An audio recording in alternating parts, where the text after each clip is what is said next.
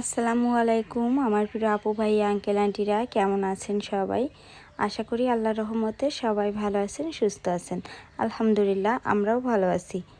আমার গ্রামীণ জীবনযাপনের নতুন আরও একটি ব্লগে আপনাদের সবাইকে অনেক অনেক স্বাগতম জানাই।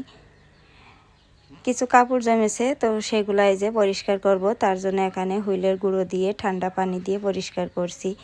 তো নতুন কাপড়গুলো আসলে আমি ঠান্ডা পানি দিয়েই পরিষ্কার করি, আর যেগুলো বাড়িতে পরা আমাদের চারজনের গরম পানি দিয়ে করি, কারণ ওগুলো অনেক ময়লা হয়। গ্রামের বাড়িতে ধুলা ময়লা মাটি, যার কারণে গরম পানি না দিলে পরিষ্কার হয় না ঠিক মতো। তো এখানে গতকালকে আমরা বাইরে গেলাম, তো সেই কাপড়গুলো ছিল জমা, তো ভাবলাম যে গরমেতে ফেলে না রেখে ধুয়ে পরিষ্কার করে দিই। তো ভিডিওর শুরুতে আমার প্রিয় আপু ভাই আঙ্কেল আন্টিদের কাছে আমি প্রতিদিন একটা অনুরোধ করে থাকি, দয়া করে সবাই একটি লাইক দিবেন এবং পুরো ভিডিওটি দেখবেন, ইনশাল্লাহ আপনাদের ভালো লাগবে। আজ যে সকল আপু ভাই আঙ্কেল আন্টিরা ভিডিওটি আজকে প্রথম দেখছেন, তারা চ্যানেলটি সাবস্ক্রাইব করে পাশে থাকা বেল বাটনটি অন করে দিবেন। তাহলে আমি যখনই কোনো নতুন ভিডিও আপলোড দিব, ইনশাল্লাহ আপনাদের কাছে নোটিফিকেশন চলে যাবে।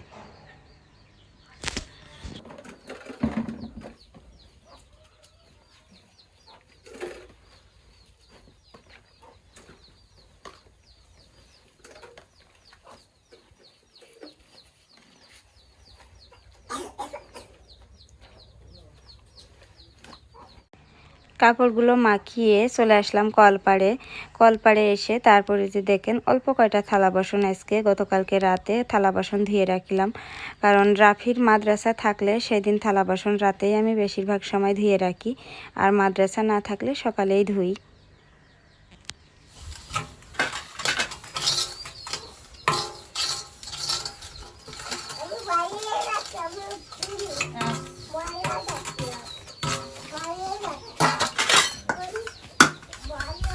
ওগুলো যেন পড়ে না।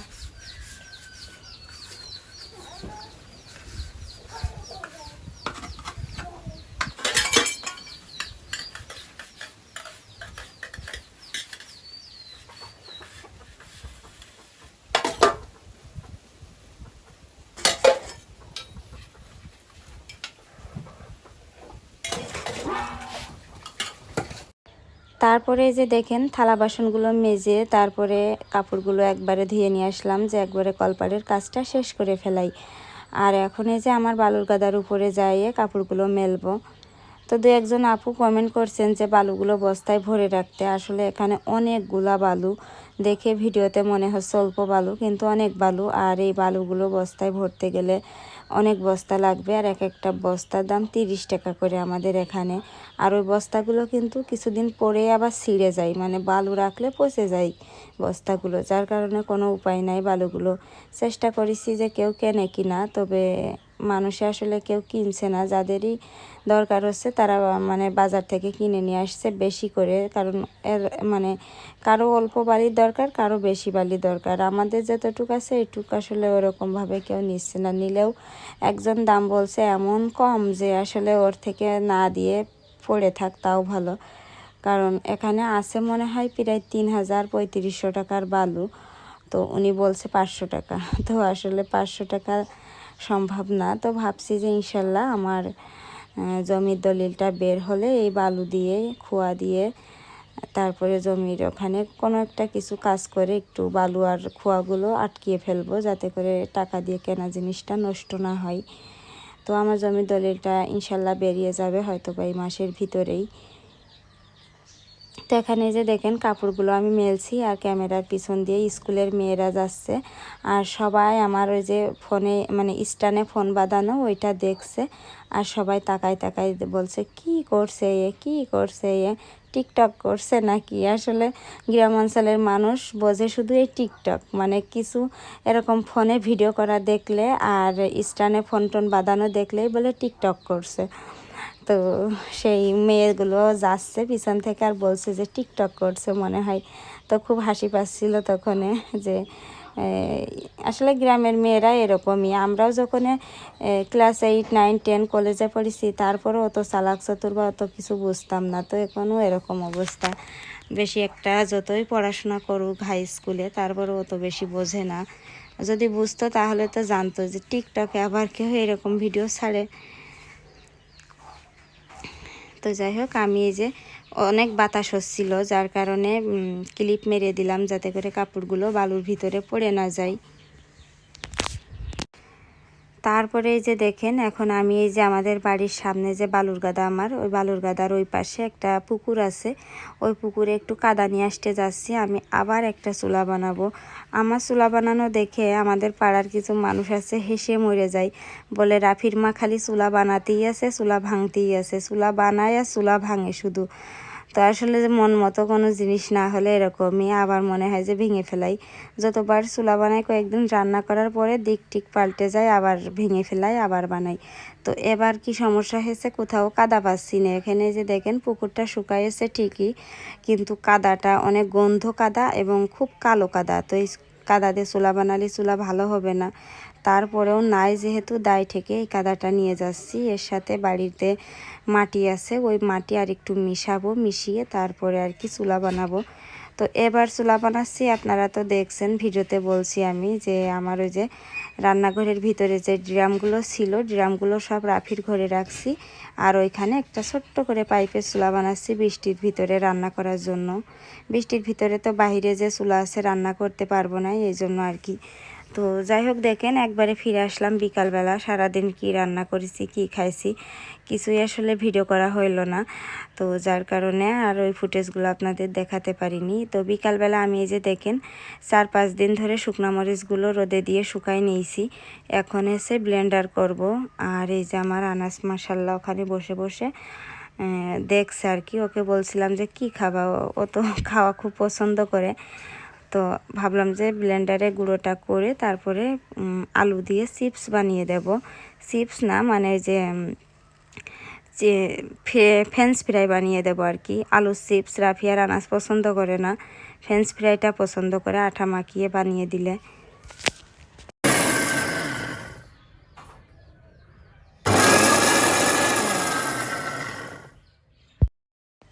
তো দেখেন মরিচের গুঁড়োটা করে নিয়ে চলে আসলাম রান্নাঘরে। এসে এই যে বড় সাইজের একটা আলু কাটবো, কেটে রাফি গেছে প্রাইভেট পড়তে। প্রাইভেট পড়ে এসে ও আবার যাবে মক্তবে, মানে মসজিদে আর কি মক্তব করায় বিকালবেলা। তো ভাবছি যে ও আসার আগে থেকেই বানাবো, যাতে করে দুই ভাই খেতে পারে, রাফি খেয়ে যাতে মক্তবে যেতে পারে আর আনাসও খেতে পারে। তো বিকাল হলে আসলে চিন্তা হয় যে কি করব, ওদের কি খেতে দেব, কি নাস্তা দেব। তো যাই হোক, আল্লাহ আসলে সেদিনকে একটা পোস্ট দেখলাম যে রোজ টিভিতে, যে এক সুন্দরবনে যে বাঘ আছে, বাঘগুলোর প্রতিদিন কয়েক মন খাবার লাগে বলে নাকি, 4 মন, মানে ওখানে লেখা যে 4 মনের উপরে খাবার লাগে। তারা তো চিন্তা করে না, বাঘরা নিশ্চিন্তে ঘুমায়, সময় হলে শিকার করে খেয়ে নেয়।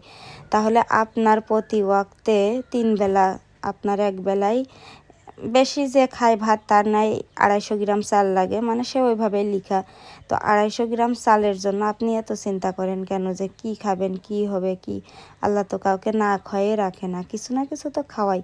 তো এই পোস্টটা পড়ে আসলে সত্যি অনেক চিন্তা ভাবনা একটু মানে মাথা থেকে ঝাড়লাম, যে আসলেই তো মানে অনেক চিন্তা করলাম বসে বসে, যে একদম তো ঠিকই।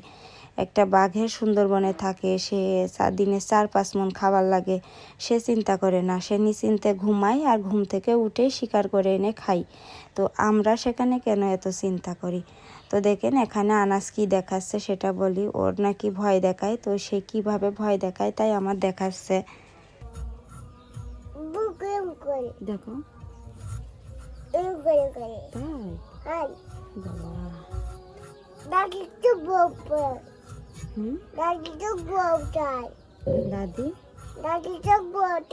চোখ বড় করে, তাই কিরাম করে দেখাও তো বাবা, বটি বটি না।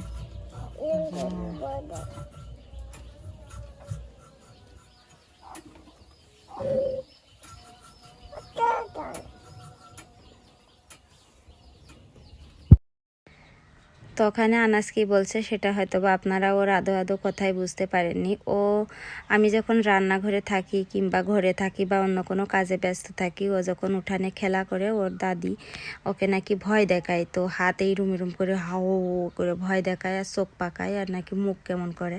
তো তো ছোটো মানুষ আসলে, রাফি তো মানে রাফির বয়সী ছেলেপেলেরা কিন্তু সত্যি কথা মিথ্যা কথা বলতে পারে, তো আনাসের মতন ছোটো মানুষ তো আসলে মিথ্যা কথা বলতে পারে না। তো ও আমি যখন আলু কাটছিলাম ও আবার আমাকে তাই বলছে যে আমার এইভাবে ভয় দেখাই। তো এটা শুনে হয়তো বা দু একটা আপু কমেন্ট করবেন যে আপনি আবার নিন্দা করা শুরু করলেন। আসলে নিন্দা না, ছোট বাচ্চাদের, আপনাদের বাচ্চাদের সাথেও কেউ যদি এরকম করে তা আপনি কতটা ব্যথা পাবেন, কতটা কষ্ট লাগবে আপনার বলেন। নিজের দিকে সব সময় ভাববেন, ভেবে পরে আরেক দুজনের মানে নিয়ে সমালোচনা করবেন। তো আমার ছেলেদের আসলে কি বলবো, মানে আমার না, যে কোনো মানুষেরই কিন্তু যাদের বাচ্চা হয়েছে তাদের বাচ্চাদের কেউ যদি ভালোবাসে তাহলে কিন্তু মার খুব ভালো লাগে। আর কেউ যদি বদনাম করে বা ভালোবাসে না বা বকা দেয় তাহলে কিন্তু কতটা আঘাত পাই। আমরা তো যারা মা হয়েছি সবাই জানি, তাই না? তো দয়া করে এরকম সব সময় কমেন্ট করবেন না যে আপনি এরকম তাদের নামে বদনাম। আমি আসলে তাদের নামে বদনাম করছি না, আমি ওখানে আলু কাটছিলাম আর আনাস নিজেই আমাকে বলছে যে এরকম করে। তো যাই হোক, ছেলে দুটো বড় হোক ইনশাল্লাহ, বড় করি। ওদের যে কী কষ্ট করে কিভাবে মানুষ করছি একমাত্র আমি জানি। তো এখানে দেখেন কথা বলতে বলতে আমি শুকনো মরিচের একটু গুঁড়ো দিয়ে আর লবণ, এক চিমটি হলুদ দিয়ে তারপরে আটা মাখিয়ে আটার ভিতরে আলুগুলো সিদ্ধ করে নিই। কাঁচা আলুগুলো সুন্দর করে ধুয়ে তারপরে মাখিয়ে মাখিয়ে এই যে কী সুন্দর মানে আলুর ফ্রেঞ্চ ফ্রাই বানাই দিলাম। তো একদিকে পুষ্টিও হবে আর একদিকে পেটটাও ভরবে। তো আলুর দাম এখন অনেক কম, তো ইনশাল্লাহ কিছু আলু কিনে রাখবো। তো এখন হচ্ছে রাতের বেলা দেখেন আমি মুরগির গিলা, কলিজা, তারপর চামড়া এগুলো রেখে দিলাম আলাদাভাবে, সেদিন মুরগি জবাই করে সেগুলা দিয়ে আমি এখন খিচুড়ি রান্না করব। আর এদিকে যে দেখেন আনাসের গলা দেখাচ্ছে, ওর ঠান্ডা লেগে গলায় ব্যথা হয়েছে। ও তো ছোটো মানুষ বুঝতে পারছে না, ও বলছে আমার গলায় কি কাটা ফুটেছে। তো আমি বলছি তুমি তো আজ 2 দিন মাছ খাও না, তোমার গলায় কাটা ফুটলো কিভাবে?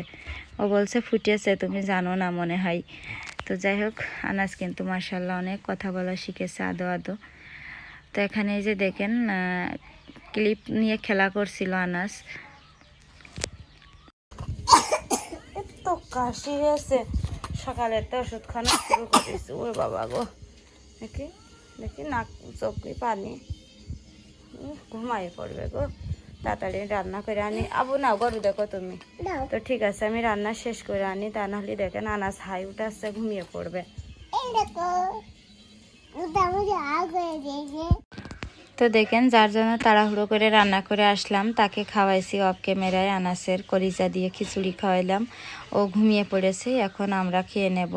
আর এটাই হচ্ছে সেই ভিডিও যে খিচুড়ি রান্না করে এসে যে গ্যাসের সিলিন্ডারটা মানে গ্যাসের চুলাটা জুড়ে রেখে আসিলাম, ঠিক পাইলাম না আর কি।